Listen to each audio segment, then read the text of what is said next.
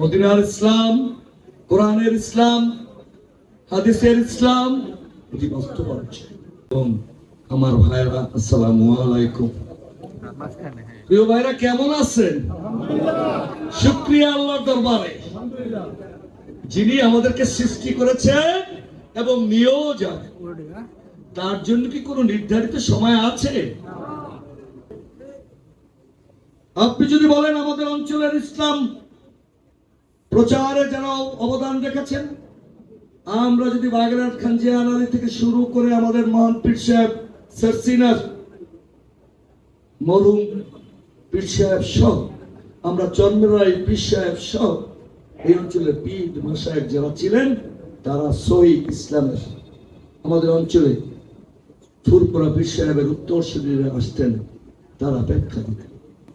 আমরা বিশ্বাস করি রাসূল পাক সাল্লাল্লাহু আলাইহি সাল্লাম যে পথ আমাদের দেখিয়েছেন সেটা আমরা অনুসরণ, সেখানে দুনিয়ার লাভের কথা না।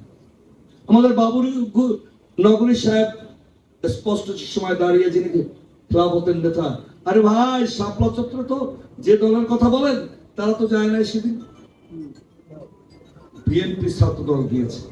আর নিজের বাবার মুক্তিও তো চায় নাই অনেকে, সে কথা নাই বা বলি। আজকে এখন বড় বড় কথা বলে, গুপ্তই ছিল।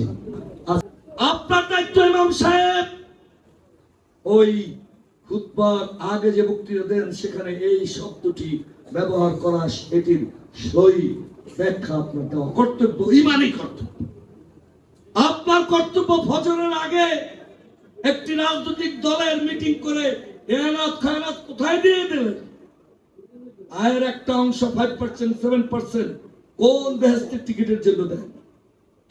তারা তো 1100 কোটি টাকা ইসলাম ব্যাংক থেকেও নিয়ে গেছে। ইসলাম কঠিন না, বুঝলে অনেক